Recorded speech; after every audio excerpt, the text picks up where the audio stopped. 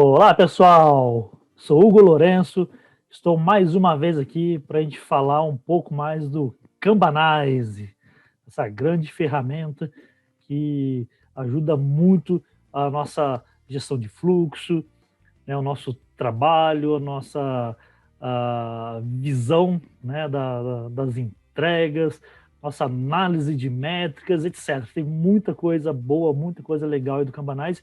E hoje temos mais um pouquinho para mostrar, tá bom? Então, venha comigo e vamos lá. Bom, podemos ver aqui nesse quadro, um quadro simples, né? Temos aqui uma lane para iniciativas, né? Um workflow de iniciativas, um workflow de cartões. E pegar esse de iniciativas mesmo de exemplo, então, temos aqui o backlog, requested, in development, deixa eu esconder um pouquinho aqui, o done, né? Então, um fluxo simples, sem maior complexidade.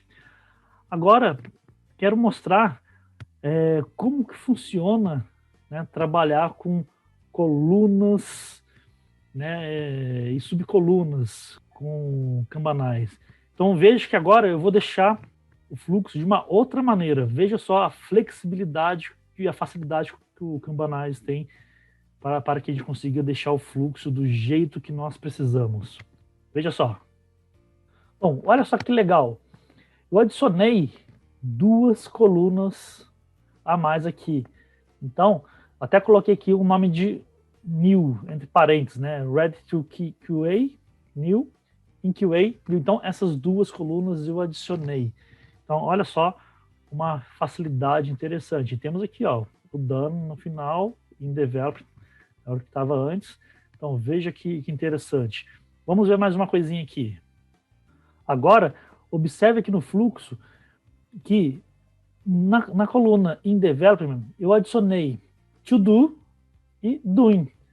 Então, olha só que interessante. Eu havia adicionado ready to QA, in QA no fluxo e agora adicionei subetapas dentro da coluna in development. Olha só que legal o que a ferramenta faz. E não para por aí. Veja só.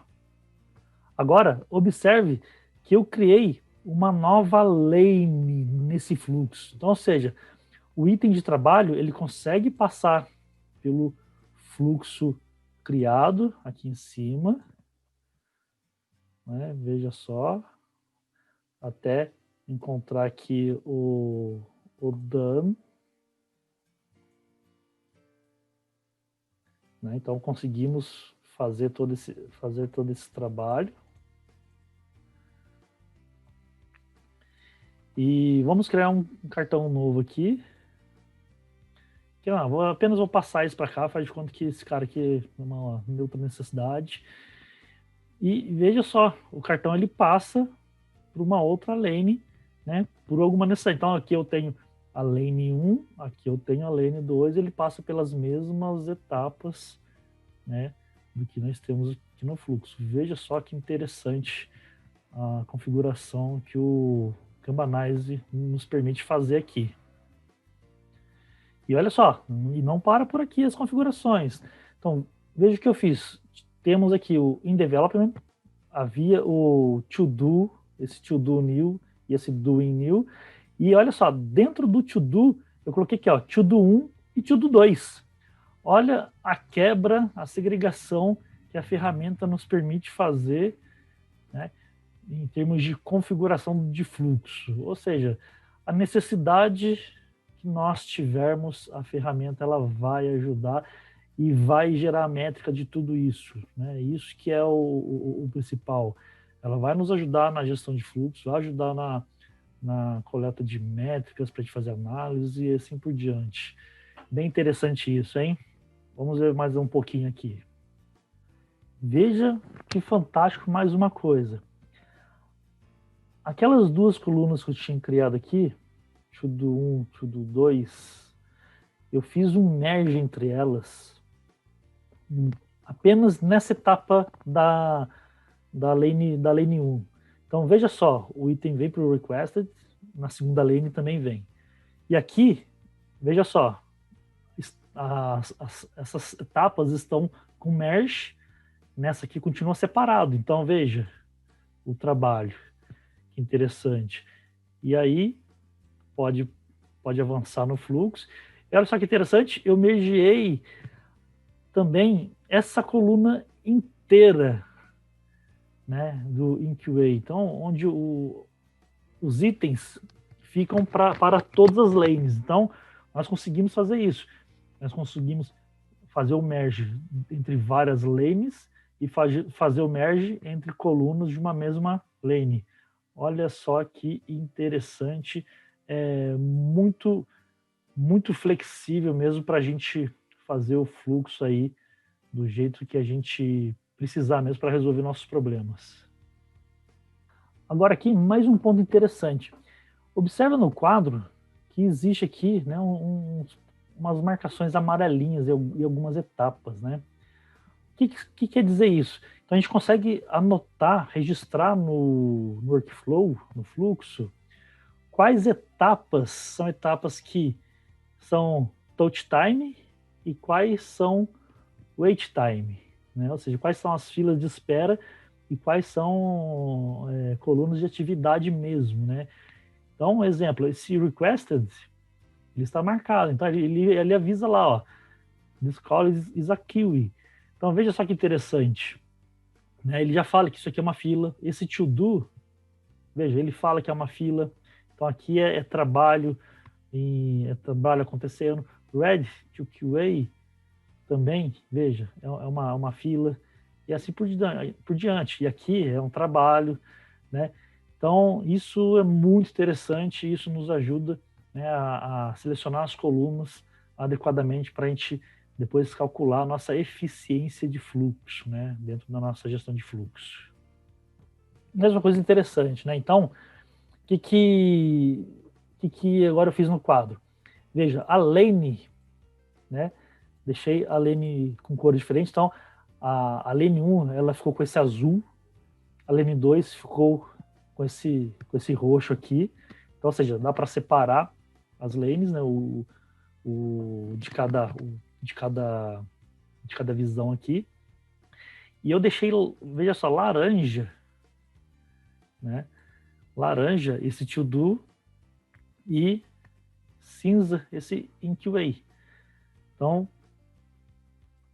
olha só as customizações interessantes, né? Então, nós conseguimos alterar também cor de lane, cor das colunas, muito, muito bom isso, muito interessante.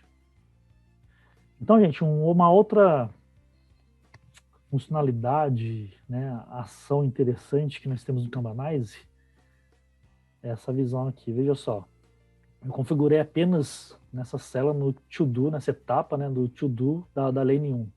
Então, onde a gente coloca aqui, vou colocar essa atividade C1 aqui, veja que apareceu um pontinho aqui, vou colocar aqui também o D1 na mesma coluna, mas na parte de baixo. Não vai acontecer nada, porque eu não configurei nada aqui. O que é que eu configurei? Veja esse pontinho. Ele é o quê? Ele é o SLE, né? Service Level Expectation. Então, a gente consegue, para uma etapa do fluxo, a gente configurar qual é a expectativa do nível de serviço que a gente espera que esse item fique, né, nessa etapa do fluxo. Então, ou seja, se nós temos, por exemplo, um SLA acordado com um cliente, um SLO que seja, né, dentro do nosso fluxo, a gente consegue configurar isso e dessa maneira a gente consegue ir acompanhando. Então, eu configurei aqui para um SLA de 1 minuto. Vamos atualizar aqui a página para ver. Veja, ele já deu 1 minuto. Se colocar o mouse aqui em cima, ó, aquele pontinho virou essa linha, porque o cartão já está aqui 1 minuto. Veja que não aconteceu nada no de baixo, né, porque o de baixo ele não estava naquela etapa lá. E então ele vai mostrando, né, conforme essa linha verde aqui, essa barra que ele acaba criando, ele vai mostrando o quão esse item ele já estourou, né, esse SLE. Deixa eu aproveitar, vou colocar agora esse D1 aqui, veja que ele ficou com um pontinho ali, vou atualizar tudo aqui, um F5. Então, pessoal, aqui, ou seja, como está menos de 1 minuto, ele continua um pontinho.